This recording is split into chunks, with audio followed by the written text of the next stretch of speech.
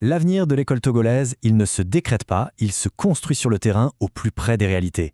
C'est tout le pari du programme MIRAS, une initiative stratégique qui veut réinventer notre système éducatif de l'intérieur.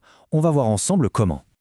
Alors, pour bien comprendre la démarche de MIRAS, on va suivre un parcours en 5 étapes. On commence par le diagnostic, le défi de notre école, ensuite on verra comment MIRAS y répond. Puis on plongera dans la méthode, qui est très rigoureuse, avant de découvrir les innovations concrètes qui sont testées, pour finir sur l'essentiel, comment transformer tout ça en un impact durable à l'échelle nationale.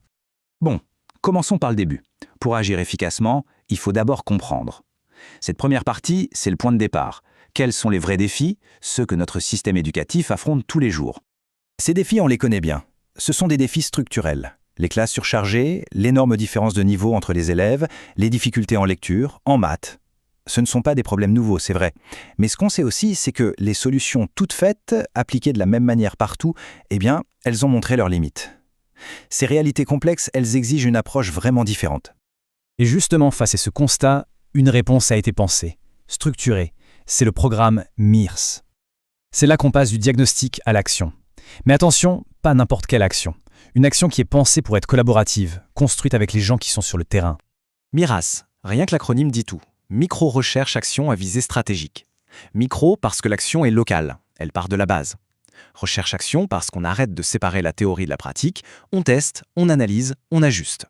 Et enfin stratégique parce que le but final, c'est bien de nourrir les grandes politiques nationales avec des solutions qui marchent, qui ont été prouvées sur le terrain. Et là, il y a un point qui est absolument crucial. C'est la philosophie derrière tout ça. On oublie l'image de l'inspecteur qui arrive avec ses directives sous le bras. Ici, des inspecteurs se portent volontaires pour devenir des facilitateurs, des accompagnateurs du changement. Ils n'imposent rien, ils viennent aider les directeurs et les enseignants à construire ensemble leurs propres solutions. C'est une inversion complète de la pyramide. Mais attention, qui dit expérimental ne dit pas improvisé, bien au contraire. Le programme MIRAS, il s'appuie sur une méthode très précise, très rigoureuse, qui est là pour garantir que chaque projet soit efficace et pertinent. Cette méthode, elle tient sur 3 piliers fondamentaux. D'abord, l'ancrage local. Il faut que les solutions répondent à des problèmes réels, pas à des idées abstraites. Ensuite, l'expérimentation est encadrée. On teste à petite échelle. Ça permet d'être innovant, d'oser, sans prendre le risque de tout déstabiliser. Et enfin, la capitalisation. Chaque expérience, que ce soit un succès ou un échec, est documentée, analysée pour transformer cette expérience en un savoir qu'on peut partager.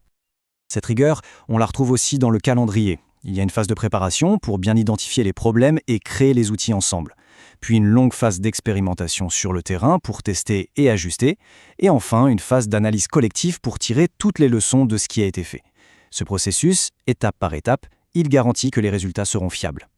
Bien, maintenant qu'on a vu la méthode, allons voir le cœur du réacteur, les innovations.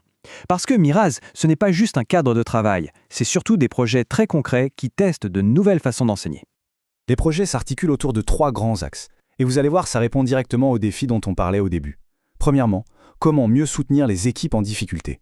Deuxièmement, comment on fait pour gérer des classes avec des élèves de niveaux si différents. Et troisièmement, comment on renforce l'autonomie des écoles, surtout dans le contexte de la décentralisation. Ce qui est passionnant ici, c'est le changement de regard. Prenez l'hétérogénéité des classes, par exemple.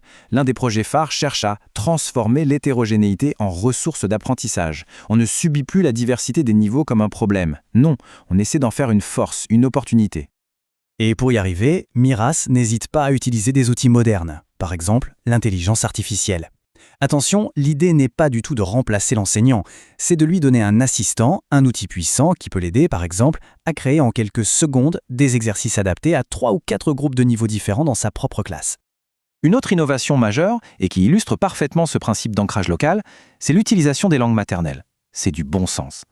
Dans une classe où les enfants parlent différentes langues à la maison, s'appuyer sur la langue que l'enfant maîtrise le mieux, c'est un levier incroyable pour débloquer la compréhension et pour assurer la réussite de tous. Voilà un visuel qui résume parfaitement le changement de paradigme. D'un côté, l'ancienne approche, des directives qui tombent d'en haut, le fameux top-down. De l'autre, avec MIRAS, des solutions construites sur mesure, localement. On quitte l'ère des généralisations un peu hâtives pour entrer dans celle des expérimentations validées. En clair, on ne décrète plus, on prouve par l'exemple ce qui fonctionne. Évidemment, tout ce travail de fourmi sur le terrain n'a de sens que s'il sert une ambition plus grande. Et c'est l'objet de cette dernière partie. Comment ces micro-expérimentations peuvent, mises bout à bout, avoir un impact durable pour tout le pays. L'impact recherché, c'est une sorte de réaction en chaîne positive. Tout part de l'amélioration concrète des apprentissages des élèves. Pour ça, on renforce les compétences des enseignants et des cadres. En faisant ça, on identifie des pratiques qui marchent, on les partage. Et à la fin, ces pratiques irriguent, nourrissent les grandes politiques nationales. C'est un véritable cercle vertueux. Et nous voilà à l'aboutissement stratégique du programme. L'objectif ultime de Miras, c'est de fournir des bases solides et validées pour le prochain plan sectoriel de l'éducation, le PSM3. C'est la feuille de route de notre système pour les années à venir. L'enjeu est donc majeur. Il s'agit de ne plus décider en se basant uniquement sur des théories, mais de s'appuyer sur des modèles d'action qui ont fait leurs preuves. Pour l'État, c'est une aide à la décision qui est inestimable. Pour conclure, Miras, ce n'est pas juste une collection de projets intéressants. C'est une nouvelle méthode de travail qu'on propose. Une méthode pour faire évoluer notre système éducatif de l'intérieur, en faisant confiance à l'intelligence collective du terrain. La question qui est posée est donc simple. Sommes-nous prêts à nous engager dans cette voie pour bâtir tous ensemble l'école togolaise de demain ?